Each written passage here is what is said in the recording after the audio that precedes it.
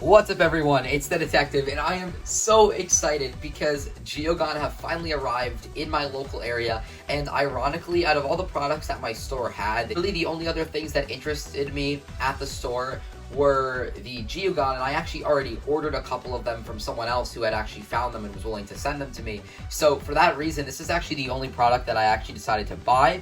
However, I'm still very, very excited to open this up. This is the Darkest Mutasect and Aqua's Viperagon Geogan Brawler pack. If we just go to the back, you can see these are the core Bakugan we get, and I actually do not have a Dragonoid core yet, so I'm very, very excited to open that up. Nonetheless, though, let's pop this open and let's start by taking a look at the Geogan that we get in this set. Alrighty, and here are the two Geogan we get. We're going to start by taking a look at Mutasect because I'm actually most excited for him. And it's kind of fitting that it kind of has a bit of a shape of an egg, considering that it is an insect, and I guess it's like hatching out of its egg, I guess. Of course, it does look more like a traditional chicken egg than anything else, but it is definitely very weird, because when you kind of like roll it or you spin it, and at first you would think that it's like a normal Bakugan, but it actually is like really, really weird just to have this kind of shape in your hand. It does look pretty cool though. You guys already know I love the translucent plastic being used here. So let's actually just drop this guy onto a core as intended, and let's take a look at the design. So here is Mutasect. Based on the box, he's actually a quite big Geogan. However, you know, I'm just gonna pop him open here. I guess let's just take a card real quick, hold it from one card length above, and there he is. And he is a he's really, really tall. Holy moly.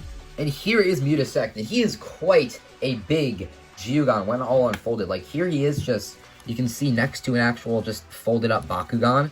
He's like twice the height of a standard Bakugan in ball form, and that's really, really impressive. Very, very tall.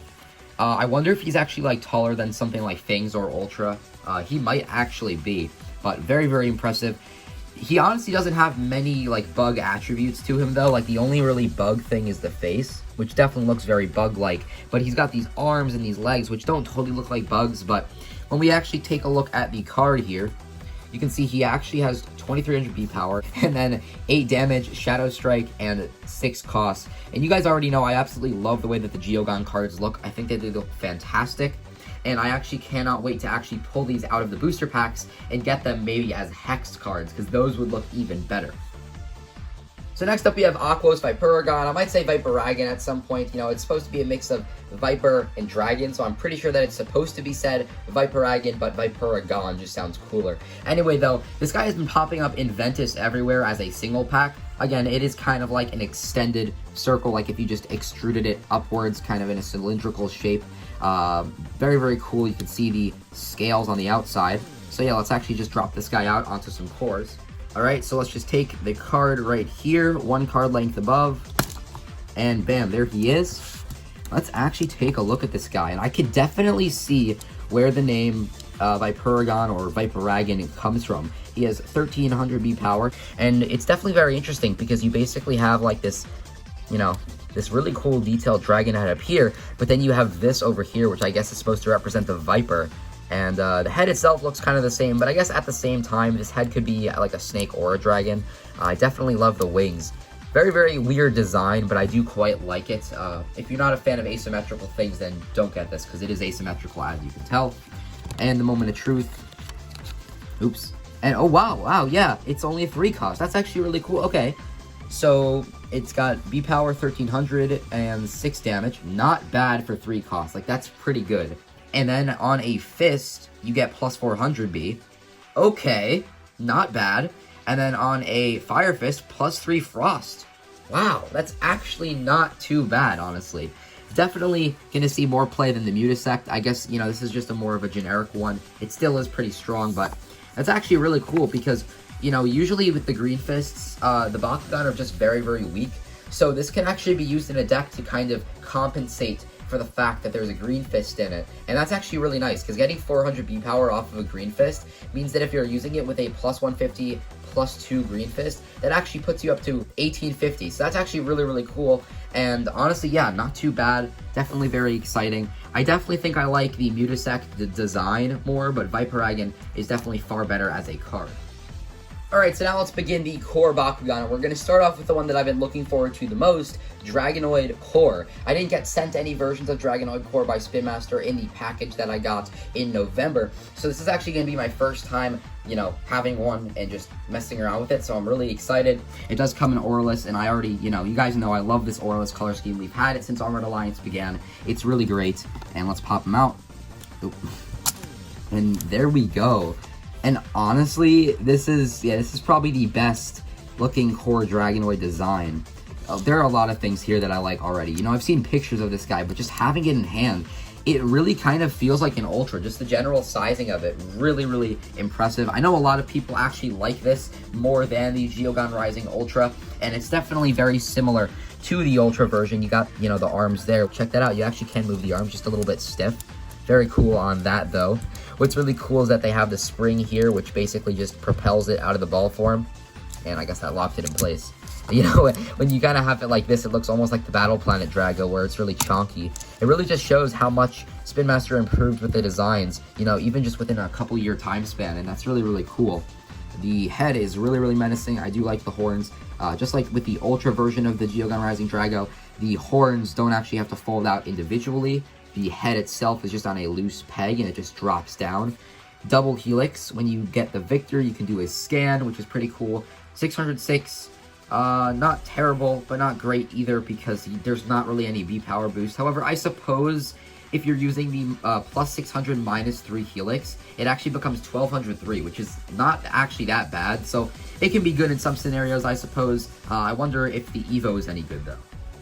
So next up, we have Pyrus for Rascal, and I actually already have this Bakugan. So, you know, it's not the best, because if you're buying the whole first wave to get all the different designs, you're going to end up with multiple of Pyrus for Rascal. However, Pyrus for Rascal is actually a pretty decent Bakugan competitively. You know, I've taken a look at this before. I've also taken a look at it in Chaos. So there it is. It's a very cute Bakugan, kind of like the new Kubo. But taking a look at the character card, the reason it's really good is because it's got 400 B-Power, right? 4 damage. Magic Shield and Shield, but then on a Magic Shield plus 400. So if you're using the plus 650 Magic Shield, add the plus 400, that basically puts you at 1450 B-Power on its own core. And that's actually really, really good. It's good in the fact that it's a really competitive Bakugan that people will kind of want. So it's at least good that the Bakugan being reprinted is a very good one. And finally, we have Chaos Pintar. And I've taken a look at this guy before. It's kind of like the return of Fear Ripper, because you have this really cool design. However, he is a Scorpion, and I really love the darkest one. I don't think that this one is going to beat that one out, but let's pop it open anyway and see. And there he is. And, you know, it's just such a nostalgic transformation, because the way that he opens, even though he's got the scorpion tail and the little scorpion head, just with the way that this guy opens with these two kind of pieces coming up from the side, it's just really nostalgic. Really reminds me of Fear Ripper.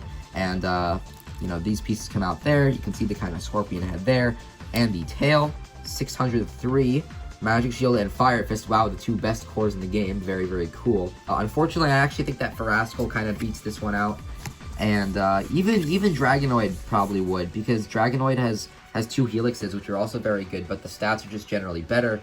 Who knows, though? Like, there are definitely some really good Chaos Bakugan out there, but it still is pretty cool to have these 2 really good cores on this Bakugan.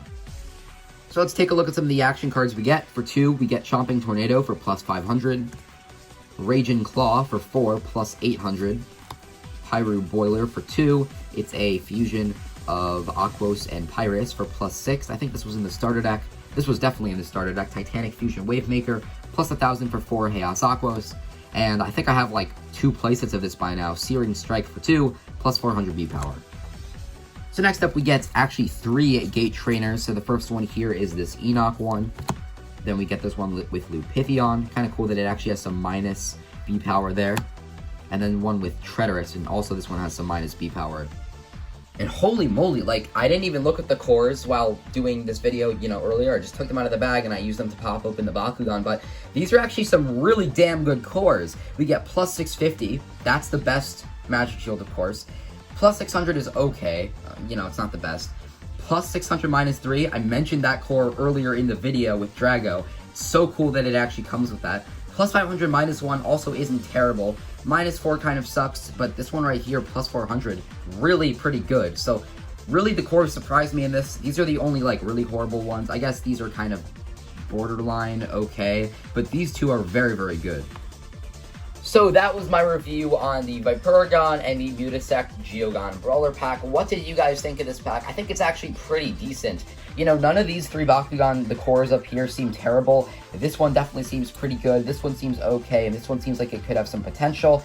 As for the Geogan themselves, you know, this is just kind of a generic Geogan with the Mutasect, but Viperagon actually could see definitely some play.